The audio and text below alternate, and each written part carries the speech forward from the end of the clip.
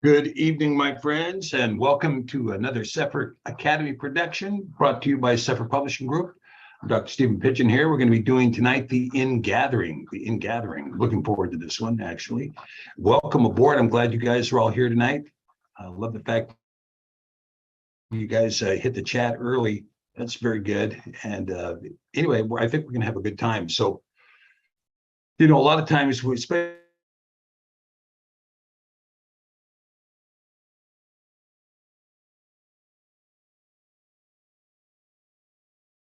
or are we supposed to be, making up our own story, or what are we supposed to be doing here? I mean, that's always a question, right? Okay, so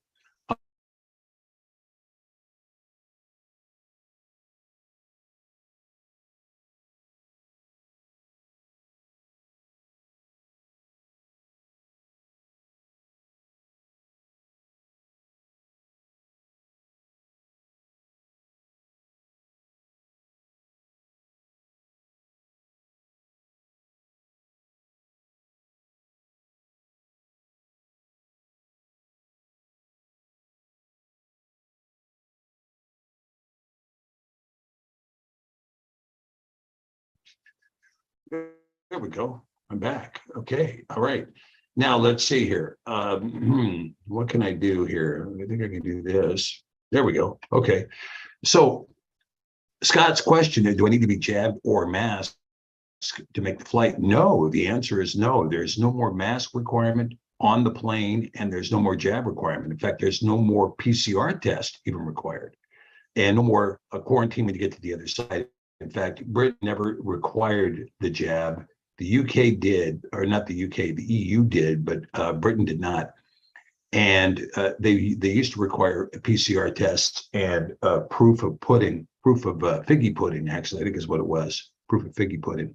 Okay, so I hope I'm not frozen anymore. I hope I'm back to being unfrozen. Sorry, we had a bit of a connection problem there, and I'm going to see if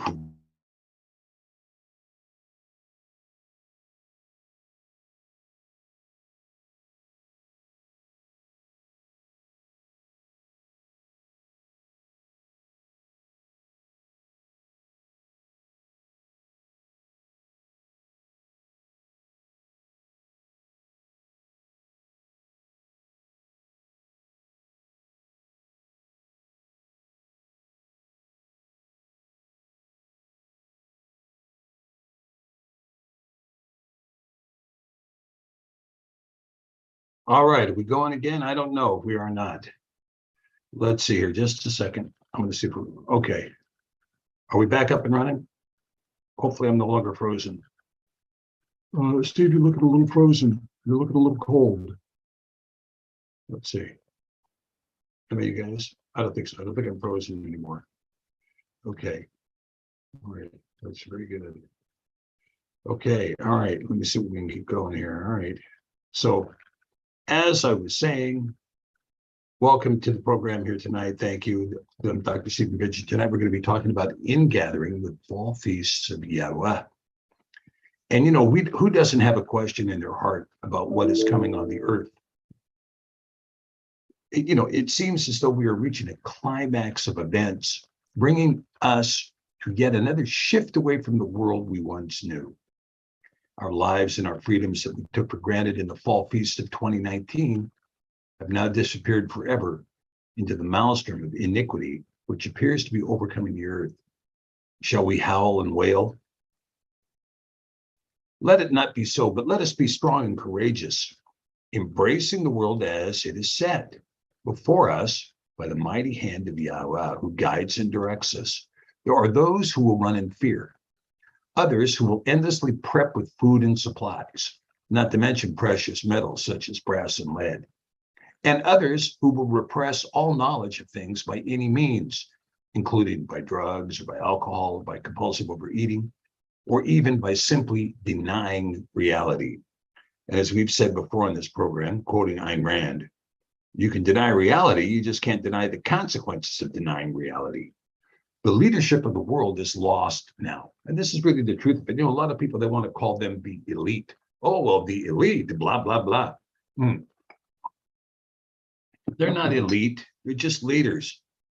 They're leaders, and for some of them, like President Smith, for instance, he got stuck in the job and he's completely overwhelmed by what his responsibilities are. You can see it. And so he figures out a way to come back with a real combatant kind of approach. Come on, man, a real downtown Baltimore. But the truth of the matter is that the leaders of the world are lost. They don't know what to do.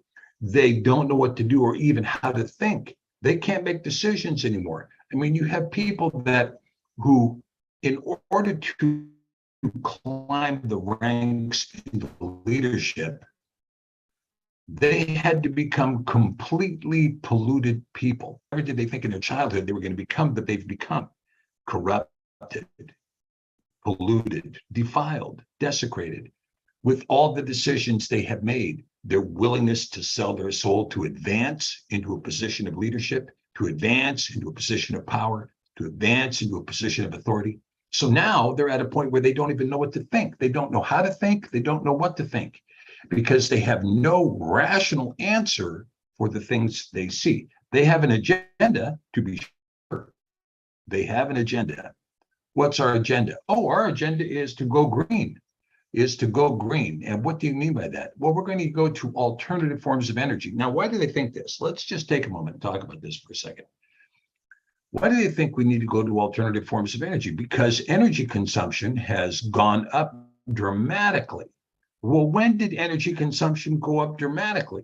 Well, when 6 billion people got a cell phone that needs to be charged at least once a day, when 6 billion people got a computer that's going to be sucking juice all day long, when 6 billion people got this appliance, that appliance, the next appliance, and the other appliance.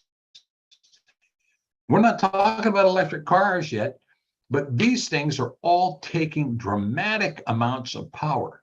I mean, the power demand in California, for instance, after they decided to put in, the hub of the internet there in Silicon Valley, well, guess what? The power demand went through the roof.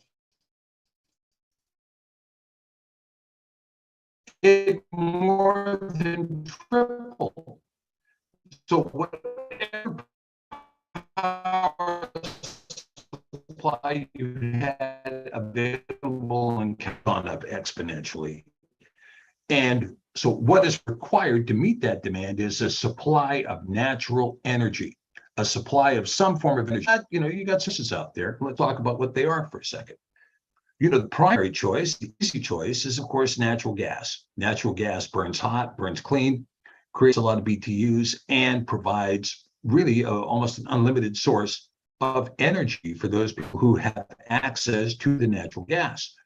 I can remember in the year, I believe it was the year 2000, Alberta, the province of Alberta, Canada, estimated their natural gas reserves at 2 trillion cubic feet, are enough to power North America at current demand in the year 2000 for another 350 years at current.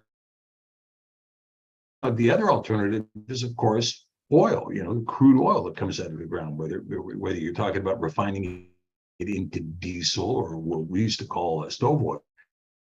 When you're talking about this kind of fuel is more expensive, a little bit dirtier than natural gas, but it's much less expensive than even biodiesel. Biodiesel has a cost that is associated with, as soon as you decide to use food, which would be corn, for fuel, the price of corn now becomes the price of what it would be to replace oil. It's no longer the food cost. And so by that decision to get into biodiesel, nobody thought about the fact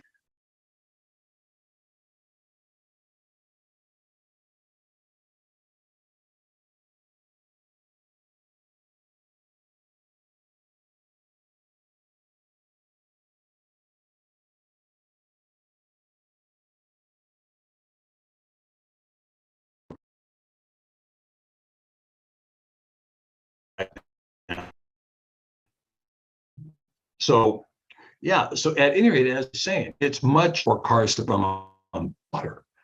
But water, believe it or not, is more expensive, more costly, to put together than even petroleum products.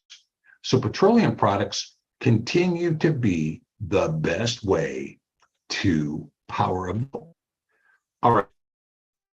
But we have other choices. Now, many people are saying, well, in the green agenda,